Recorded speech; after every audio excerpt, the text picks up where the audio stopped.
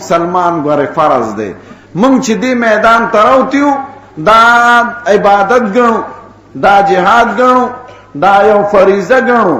قسم دې که د دې نیت نه علاوه نو جماعت کې به ناستو، خدای پاک هر څه راکړي دي، دا عزت جن بم تیرو، خپل درس او تدریس بم کوو، خو د مسلمانانو په اجتماعي کارونو کې حصہ اخیستل او د اسلامي حکومت دپاره کوشش کول دا په مسلمانانو فرض دی. رو چې انګریز دلته راغی، انګریز یو غلط حکومتو، غلط حاکمانو، نو زمونږ هسې بدل کړل، زمونږ ژبه بدله کړه، زمونږ قانون بدل کړ، زمونږ په عدالتونو کې بشري قضا وه هغه بدله کړه، زمونږ چوټي بدله کړه، زمونږ تهذیب د بدلولو کوششونه وکړل، کني ملک آباد کړو، سړکونه جوړ کړو، پلونه جوړ کړو، نهرونه کولو کړی دي. هغې سره چې زمونږ دشمني وه، رونو د هغې د سپینو سرمنو سره هم دشمني نه وه، نه د هغې د شنو سترګو سره، نه د هغې د موټرو او د بنګلو سره، د هغې د نظام سره، د هغې د قانون سره، د هغې د تهذیب او د معاشرې سره زمونږ دشمني وه. د هغې په مقابله کې اول علما پاڅېدلي دي. قسم دې ډومبي شهیدان چې دې ملک شهیدان شوي دي د انګریزانو په مقابله کې په چاندني چوک کې دا د علماو سرونه پراته دي، دا د انګریزانو تاریخدانانو لیکلي دي. د هغې نه پس په اونو کې ځوړند شوي دي. بیا ورسره نور خلک ملګري د انګریزانو مقابله وشوه. د دغه انګریزانو دا نظام سره زموږ دشمني وه او هغه هم ختمول غوښتل. مونږ دا وایو ورونو چې خدای پاک دې ملک د شرع نظام راولي. مونږ مسلمانان یو، مونږ یو جدا کتاب لرو، جدا قانون لرو، جدا تهذیب او معاشره لرو.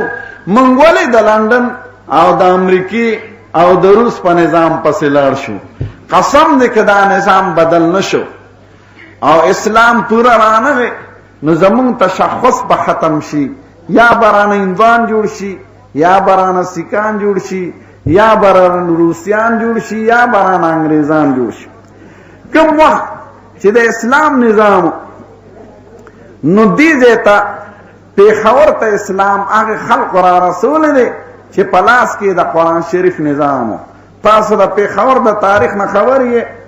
پېښور د حضور پاک د وفات نه 15 کاله پس فتح شوی دی. زمونږ 43 کاله وشو، حکومت جوړ شو، په یو نظریه جوړ شو چې هغه نظریه د لا اله الا الله او هغه د اسلام وه چې دا به د مسلمانانو ملکی دی کې به د اسلام قانوني، د اسلام تهذیب او معاشره به، د اسلام احکامات به جاری کیږي. خو هغه ونه شوه. زمونږ هغه تاریخ خراب شو. نو هغې خلقو چې هغې د شرع په نظام روانو، د حضور پاک په هغه نظام روانو، نو 15 کاله کې دنه دنه پېښور فتح کړی دی. د پېښور او د عربو څومره فاصله ده، څومره شګي دي او څومره غرونه دي. د پېښور پخوانی نوم دی بودیا. بودیا معنی بت پرست خان. د فتح نه پس نوم شو پېښور، د تاجرانو اډه. دا دغه صحابي فتح کړی دی چې کوم د اصحاب بابا په نوم باندې یادېږي. د ده نوم دی حضرت سنان ابن سلمة ابن محبب. کابل او افغانستان 15 کاله پس د حضور پاک نه فتح شو. عبدالرحمن ابن سمره فتح کړی دی. د کابل ذکر ابو داود شریف کې 3 ځله راغلی دی تقریبا. نو افغانستان فتح شو. بیا حضرت معاویه رضی الله عنه چې بادشاہ شو سن 40 هجری کې، نو 45 هجری کې صحابه عام تابعینو سپکې صحابه وی د هندوستان دا سرحدي علاقه فتح کې دې ته صغور الهند وای، صوبه سرحد. نو په خوست او په پکتیا رالل. نو ډیر اسماعیل خان بنو او کوات فتح کړ او د دریاب نه پورې غاړه خوشابګړې فتح کړ او بیا پېښور فتح کړ. پېښور سره 400 مسلمانان شو. د 400 پخوانی نوم دی پشکلا ہوتی. پشکلا ہوتی د برسانډې ګل ته وای. نو برسانډه او د برسانډې ګل دا د 400 پیداوار. خبه دا سوات او دیر او باجوړ دا قومونه ټول بت پرستو، بودیزم او دلتا هغه قومونو مرکه وکړي او مټه جټه سره جنگ وشو. نو حضرت سنان ابن سلمہ ابن محبت 15 مرګرو سره هغه جنگ کې شهیدان شو. په یو قبر کې 15 کسان خخت. هغه خلک چې لاس کې قرآن شریفو هغه ملکونه فتح کړل. زمونږ د دې لیډرانو دا خیال دی چې دا ملایان، دا د ګیرو خاوندان، دا د پټکو خاوندان، دا په نظام حکومت سپیږي. په نظام حکومت خدا مونډې سونډې پویږي چې دغاخي اغوستي او په لندن او په روس او په امریکا فخر کوي. تاسو د علماء د نیکانو د دیندارو حکومت نه لیدلې. دا خلک چې راغله زمونږ نه مشرقي پاکستان جدا شو او د دې نور پاکستان د ختمولو کوششونه دي، خو خدای پاک دې په دې کوشش کې ناکامیاب کړي. نورو زمونږ د چا د ذات سره جګړه نشته، زمونږ د یو پارټۍ سره جګړه نشته. دا ټول مسلمانان زمونږ د سر ګلونه دي. مونږ ورته وایو یا د خدای بندگانو ستاسو د دنیا عزت په دې ملک امن د عدل او د انصاف دور دوره دا بغیر د شرع د نظام نه راځي. تاسو مونږ سره مرګري شئ په دې مطالبه کې، نو تاسو جون بم خشي او ټول قوم ته هم فایده ورسي. مونږ چې ور سره دا خبرې کوو نو ویا دا ملایان کرسي غواړي. الکه کرسي په مولا صافه نه رسه، کرسي خو تاسو غواړئ. نو که مونږ غوښتل نه څه بده خبره ده.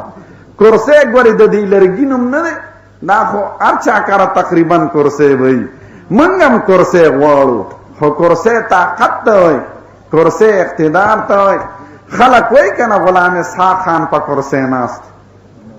نو غلام اسحاق خان خو کله د کرسي نه کوزیږي، بار ته هم کینی او خوب هم کوي، آرام هم پکې کوي، خو اقتدار د هغه په لاس کې دی.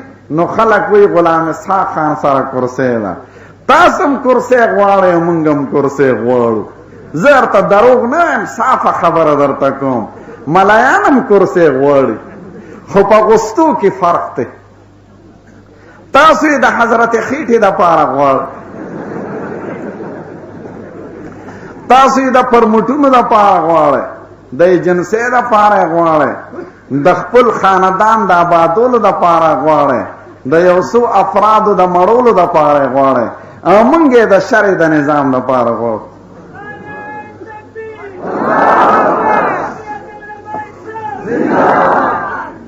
خلک وای اسلام ته خطر نشته، پښتو ته خطر ده. اسلام ته خطر درو مو خو دغه پسې جاړو. که د اسلام شرعي قانون جاری شي خو خبره بس پښتو ته خطر نشته، شکر دی. او پښتون ته خطر نشته. د ډیرو ورو زمونږ ورونه دي، سپردي خلک نه دي. هغوی وای چې یاره که دا ملایان راغله نو پښتو به ختم شي او پښتونولي به ختم شي. هلکه تاسو پښتونولي چاته وایي او پښتون چاته وایي؟ که پښتون د دې ملک د صوبه سرحد اوسېدونکي، خو مونږ ټول پښتانه یو. دا هر لیډر شیرپو پښتون دی، فضل حق پښتون دی، نثار خان پښتون دی، عبدالولی خان پښتون دی. دا ټول چې د دې علاقې سره تعلق لري دا ټول پښتانه دي. نو پښتون خو هغه چاته وایي چې د پښتو ژبې. نو دې کې خو سوال نشته. دوی وایي چې دا مولیان جوړې د چین ما چین نه راغلي، یا لکه د ځمکې نه د خریړو په شان تېروتي دي. هلکه مونږ هم دا خلک یو، پښتانه یو. که د یو پښتون زوی ډاکټري وکړه او ډاکټر شو، نو هغه د پښتونولۍ نه ووته سرونو. پښتون هم دی، ډاکټر هم دی. که یو پښتون زوی انجینیرنګ وکړ او دی انجینیر شو، نو دا خو څوک نه وایي چې دی د پښتونولۍ نه ووت. نو که د یو پښتون زوی د دین سبق ووایي او خلک ورته مولا او عالم وایي، نو دی د پښتونولۍ نه ووته. مونږ ټول پښتانه ورونو، شکر دی. د پښتو څه سوال نشته. وایي نه زه تا نه وټ غواړم د پښتو په نوم، پښتو زمام ژبه ده نو د پښتو په نوم یې راکړه. هلکه پښتون خو شناخت دی، دا خو نظام نه دی، دا خو یو قانون نه دی. موږ سره د قانون خبره وکړه، قانون به دې سي، نظام به دې سي. دې وخت کې خو په ټوله دنیا کې 2800 ژبې دي. ژبه نظریه نی، ژبه نظام نی، ژبه قانون نی. هر قوم په خپله ژبه فخر کوي. که د کوستاني نه تپوس وکړي نو هغه وایي کوستاني ماته د عربۍ نه هم زیاته ده. که د انکو والا نه تپوس وکړي هغه انکو د هر چا نه ښه ګڼي. که عربي نه تپوس وکړي نو عربي خو خود ښه ژبه ده. نو د دنیا هر قوم په خپله ژبه فخر کوي. پښتو کې څه د خدای کتاب نازل شوی دی سرونو، دې کې قرآن شریف دی څه نه. پښتو یو ژبه ده، یو شناخت دی. ښه که پښتو د اخلاقو نومي، د غیرت نومي، د حیا نومي، د دین نومي، د عفت او د عصمت نومي، نو موږ ټول د هغې قایل یو. شکر دی دغه پښتو به خدای زیاته کړي که عالمان بر سر اقتدار راغلل او خدای پاک دې راوړي. زمونږ د پښتنو په خپل خیال کې دا خپل قوم 3 قسمو ته تقسیم کړی دی. یو خو میا مولا دی چې دی د پاڼۍ نه بار کړی، دا خواړو پښتانه نه دي. او دویم زمونږ د عام غریبانان خلک، مزدورکار، دکانداران، ګوډمار، چاریمار، دا وایي دام پښتانه نه دي، دا د انګا بنګا خلک دي. او دریم د جیداد والا خلک دي د ځمکو. نو د ځمکو خاوندان هم دوی هغې ته پښتانه وایي چې هغه دوی سره ملګري، او چې دوی نه جدای فکري جدای نظریه جدای نو هغه په پښتنو کې نه دي حساب. نو اوس ښه سوال دا دی چې پښتنو حق غواړم، نو دا د کوم پښتون غواړئ؟ میا مولا خو د پښتونولۍ نه وتی دی، او دا ګوډماران غریبانان دم تاسو پښتانه نه ګڼئ، او چې کوم تاسو نه مخالف یې هغه هم پښتانه ني. نو دا حق غواړئ د چا؟ دا خو معلومیږي چې د خپل ځان حق غواړئ صرف، او د خپلې پارټۍ غواړئ. ورو موږ حق غواړو او د دوی نه زیات غواړو، خو موږ وایو 3 قسمه حق دی. اول د خدای او د رسول حق دی چې هغه د دې خپل کتاب جاری کول دی په دې ملک کې. د قرآن شریف 15 حق دی. لوی حق دا دی چې قرآن شریف بستا د فیصلو کتابي، دې باندې با عدالت کی کاروائی کیږي، د دې نظام جاری کې. خدای وای فلا وربک لا یؤمنون حتى يحكموك فيما شجر بينهم ثم لا يجدوا في انفسهم حرجا مما قضيت ويسلموا تسلیما. خدای زمون پیغمبر ته وای چې ستا په خدای مې د قسمی چې دا خلق مسلمانی دین شي چې سو پور ستا فیصله په دل او جان اونمني او د زړه په خوشاله ورته غاړه کیندي، هغه پورې دا مسلمانی دین شي. یو سړی ځان ته مسلمان وای او دې د خدای قانون ته غاړه بسته کیږي نه، نو خدای وای دې مسلمانی دین شي. نو اول حق دا دی چې قرآن شریف په دې ملک جاری کو. دا خوښه ده کنه ده؟ زمونږ عالمان هم دقه وای، چا سره هیڅ جګړه نشته، زمونږ دا ټولې پارټیونه دي. په دې خبره کې چې څوک مونږ سره تعاون کوي، که پیپل پارټي، که مسلم لیګي، که جماعت اسلامي، که عوامي نیشنل پارټي، ټول زمونږ د سر ګلونه دي. مونږ د هغې د تعاون خیره مقدم کوو. مونږ د چا د منشور تابع نه یو، او مونږ د چا د پروګرام تابع نه یو، او مونږ سره چې څوک تابع وي نو ډېره ښه ده. نه اتحاد خو څه خبره، اتحاد مونږ د ټولو مسلمانانو سره دی، زمونږ د چا سره خو دشمنی نه ده. زمونږ خو مخالفت د نظریاتو دی، د افکارو دی او د نظام دی. هغه نظام کې چې څوک مونږ سره موافقت کوي زمونږ د سر ګل، او چې څوک زمونږ هغه منشور نه خوښوي زمونږ نه دی خوښ. نور چا سره هم جګړه نشته. نو خبره د نظام ده. دغه نظام کې اول حق د خدای دی، نه اول مونږ د خدای او د رسول حق غواړو. تاسو نه تپوس کوم ورونو چې ستاسو مشر، ستاسو د کور څوکیدار داسې سړی شي چې خدای نه مني، رسول نه مني، او که مني نو هسې په خولې وایي قیامت نه مني، جنت دوزخ نه مني. دا وایي یا دا د ملایانو خبرې دي. هغه د خدای نه نه یریږي، او دا سړی دی د کور څوکیدار که نو دی به ستا په ښځه اړ شي، ستا په مال و دولت به اړ شي. قسم دی چې پسې لاس رسي هغې ته به لاس کوي.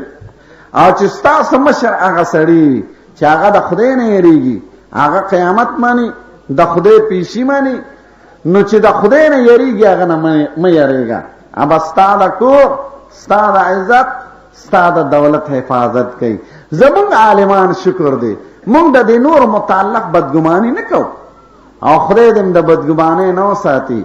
خو د مثال په شکل مې درته ووایي چې ستا مشر نیکي، ستا مشر پرهیزګاري، ستا مشر د خدای نه یېرېږي، هغه د قیامت یقیني قسم دی که هغه ستا حق تلف کی، ستا حق دپاره به کوشش کوي او چې د دیني نو ستا حق به په پردي سړي خرڅوي.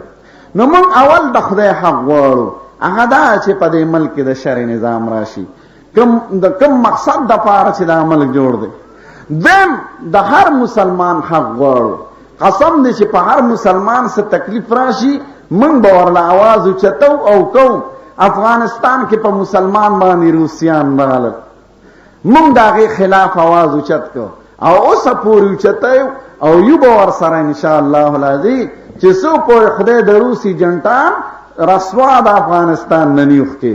په کشمیر کې په مسلمان ظلم کیږي، موږ د هغې دپاره आवाز اوچتو. په الټیریا کې کیږي، په قبرس کې کیږي، په فلسطین کې کیږي، په مغرب نیوګن کې کیږي، په جبرالټر کې کیږي. چې څومره کشالې دي نو د مسلمان او د کافر په منځ کې دي. موږ د هر مسلمان لپاره आवाज اوچتو. زه خو دغې بعضو لیډرانو ته حیران یم چې تا چېرته د یو مسلمان لپاره आवाज اوچت کړی دی که نه؟ د مسلمان حق غواړی که نه غواړی؟ موږ دغه حق غواړو.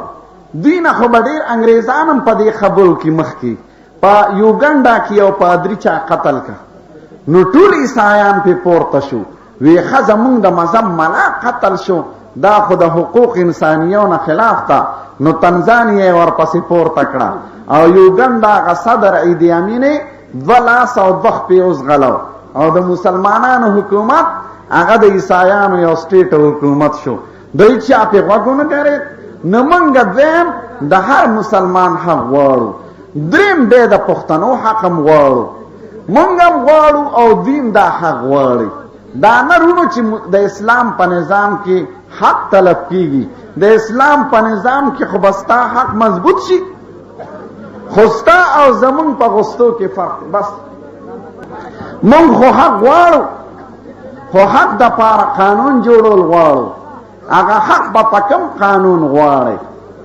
تاسو وایئ نه موږ یې به د ټوپک په زور غواړو. ټوپک په زور خو فساد دی او جګړه. او چا سره د ټوپک استعمال کوي؟ خپل رور مسلمان سره. نه موږ د ټوپک استعمال نه کوو. زمونږ دین د امن دی، د ورورولۍ دی، د عدل دی او د انصاف دی. موږ دا حق غواړو، یو قانون باندې به غواړو. قانون تو هغه د انګریز قانون ښه دی او که د روس ښه دی او که د امریکې ښه دی او که د اسلام قانون ښه دی. رونو موږ به قانون باندې په نظام باندې هغه نظام بدلول غواړو او هغه نظام کې به د هر چا حق دی. د پښتنو هم حق دی، د پنجابیانو هم حق دی، د سندیانو هم حق دی.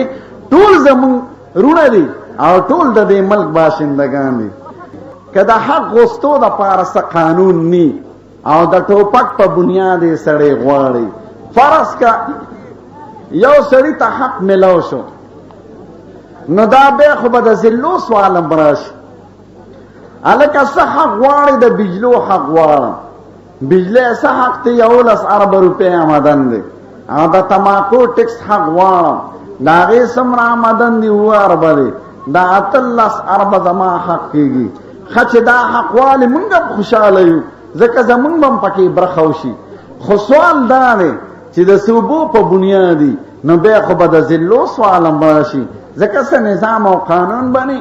نو دا بجلی رو دا خو ستاسو بجلی د ورسک هغه غالبا د سټل ایریا نه بار ده، هغه ملک دغه ممند جنسي ده. نو څلورمه حصه د بجلی خبرانه ممند جنسي والی چې کوم دی کې ورسک جوړ دی. بیا بله حصه هغه په ملکن کې ده. ملکن جنسي د هغه د مردان او پیښور او د 400 نه بار ده. بیا دویمه حصه باغي غواړي، درېیمه حصه د منګلي او څلورمه او توربیلي او د منګلي ډیمونه دي. یو پاری پور کې ده او بل په جیلم کې ده. نو زمونږ 400 او پیښور خو پکې غرق واله، زمونږ پکې څه دا تماکو ټیکس ته چا دی؟ دا عام ثوابه کوي. نو ثوابه خلک به وي تماکو ټیکس ته مانی، ځکه قومیت خدا سی اولاد ده چې دا دروازه د کلاو کړه بندۍ به څوک. دا محمد زی دی، دا یوسف زی دی، دا خلیل دی، دا ممن دی. واذکروا نعمت الله علیکم اذ کنتم اعداء فالف بین قلوبکم فاصبحتم بنعمتی اخوانا. بعضیرونو مال چټونه راکل ستا متعلق دا وی او دا وی، دا ما اوریدلی دی ډېر. او په دا ما ته دا بزرګان هم چې راغلي ما وی زمونږ علاقه یو حساسه علاقه ده. زه خو دې ته حیران یم، ډېر خلک دی بعضو پارټو ته ډېر هوښیاران وایي، او زه یم دا خو هوښیار نه دي. ځکه دې ملک مسلم لیګ هم شته، دې ملک پیپل پارټي هم شته، دې ملک جماعت اسلامي هم شته، خو یو عالمانو ته کنزل نه کوي، نه ورپسې ډرامې کوي بغیر د دغه یوې پارټۍ. هلکه دا هم سیاست دی.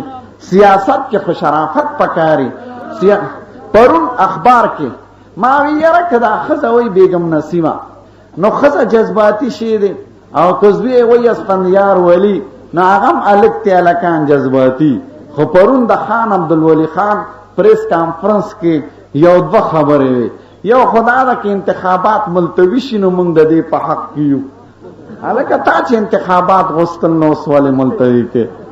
دویمه دا درونو چې زما متعلق وایي دا اخبار کې راغلی که مشرق اخبار چا کتلی، وایي دا مولانا صاحب وایي په دې تیر حکومت کې غالبا هم دا حکومت یادوي چې تیر شو په کروڑونو روپۍ جمع کړي دي، نو اوس یې د بورو خولې کلو کړي دي او خلقو باندې تقسیم. خیر دی خیر، دا راځي پکې دا وایي هغې بزرګانو پسې ویلي شوي دي چې موږ د هغې د پڼو ته هم نه رسو. نو زه فقیر د جماعت طالب زه پسه کیم، خو زه په دې حیران یم چې سړی ځان ته یو سیاستدان وایي او د ملک بین الاقوامي لیډر وایي، داسې کمزورې خبره کوي بې ثبوته. نو دا خو د هغه د کمزوري ذهن علامه ده، دا خو څه سیاست نه دی. دا سوال ته زه نشم کولی چې ما کروڑونه روپۍ ماله ولې راتلې. زه خو د قومي اسمبلی ممبر نوم، د صوبایي اسمبلی ممبر نوم، وزیر نوم، مشیر نوم، نو ماله پیسې څنګه رالې؟ که ماله بغیر د قومي اسمبلی نم کروڑونه راځي، نو تاسو خو د قومي اسمبلی ممبران وئ، تاسو له خو باربونه راغلي. داسې ده که نه؟ زما دا خیال دی چې دوی وایي خو مونږ خو لکونه روپۍ ولګو او مونږ له ډېر کم خلک راشي، ځکه جلسې چې جوړوي نو پیسې مخکې ولیږي. 20,000 15,000 13,000 سړي له ورکوي مونږ ته جلسه جوړه کړي، چیراله جوړه کړي، نو هغې کې هم کسان لګي او مونږ سره د خدای پاک په فضل احسان او ستاسو غوندې د بهادرو نیکانو مسلمانانو منتونه راته کوي جلسې له راشئ جلسې له راشئ. چې ورشو جلسې وي نو هغې وایي چې یاره مونږ خو زرګونه لګو لکونه لګو او زمونږ جلسه کې خلک کمی او دې ملیانو له ډېر راځي، داسې معلومیږي چې دوی کروڑونه لګوي. هلکه مونږ کروڑونه نه لګو، مونږ تاسو سره مادي ذرایعو باندې مقابله نه کوو او نه هم دا وسته. مونږ خو د جنډو دپاره هم د خلقو نه پیسې غواړو، دا یقین وکړه مولانا صاحب ته پته لګي. نو دا اسې دوی پورې وایم چې یو بنیادي سیس داسې خلک چې مشران شي چې د هغې بنیاد داسې کمزوري، هغې به د ملک او د قوم خدمت څوکي. بعضې خلک د غریب او د ډوډۍ او د مساوات په نوم باندې خلک دوکه کوي. هلکه دا د مساوات والا وګورئ چې کوم ځای پورې دوی مساوات راوستی دی. زمونږ دا پښتانه ګورئ دې مساوات ته سماوات هم وایي، وی ادرېږه سماوات به راشي او سماوات د پښتو په اصطلاح کې کنزل دي، وی خدای د کور سپېره سماوات که نه. پخوا د اتم په اردو کې یو وړه لطیفه شانتې وه، وی یو دو پیشوګانو غوښه مونتې وه، غوښه یې مونتې وه، نو یو بیز له لاړل، بیز له لاړل، وی دا را باندې تقسیم که چې مساوات پکې وشي. نو هغه تله راوستله څه غوښه یو چابړي کې کېښوده څه بله کې، خو یو طرف لګه درانه او بل طرف تسپکه و چې اوچته کړه نو د دې یو طرف نه دی 20 چک وو وی خوړل دا بار پیشوګان خو مزیدار ورته ګوري دا پخوانی اته مردو کې دا قصه ده تصویرونه هم دی پکې پیشوګان په دې انتظار کې دي چې دا خو مساوات راولي نو دومره غټ چکیتی وو چې دا طرف سپک او بل طرف یې دروند نو چې اوچتی نو چې دا دروندو د دینه چک وو پیشوګان خوشاله دي چې اوس په مساوات راشي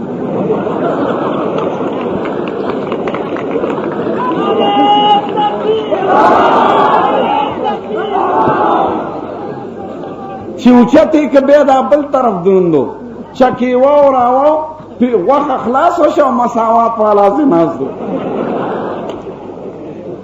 رو مساوات څوک نشي راوسته اسلام کې مساوات ته هغه د حقونو دی د احکامو دی یو بادشاہ کولګي او د یو غریب مسلمان د 40 ورځو ماشوم په ظلم قصدن قتل کی نو زمونږ د شریعت دا حکم دی چې د دې بادشاہ کوپړه او د دې ماشوم کوپړه د شرع په نظر کې برابر ده د دې بادشاہ نه سر پرې نه مساوات که یو بادشاہ راشي او غدا راشي او باړه په جماعت کې ودرېږي بادشاہ یو غدا ته دانشي ویلي چې زه خو بادشاہ ته زمانه رستو شه نو حقوق دي احکام دي هغه کې مساوات ته مال دولت کې نه مساوات شته نه څوک راوستي شي دا مال دولت دا د بدن د پیداوار دی او په بدنونو کې فرق دی د هر چا سترګې مختلفې دي او بل دویم هم نه دی پاس کړی نو دا کیدی شي چې د 14 پاس تنخواه او د دویم جماعت والا جټ انپړ چې دویم هم نه پاس کړی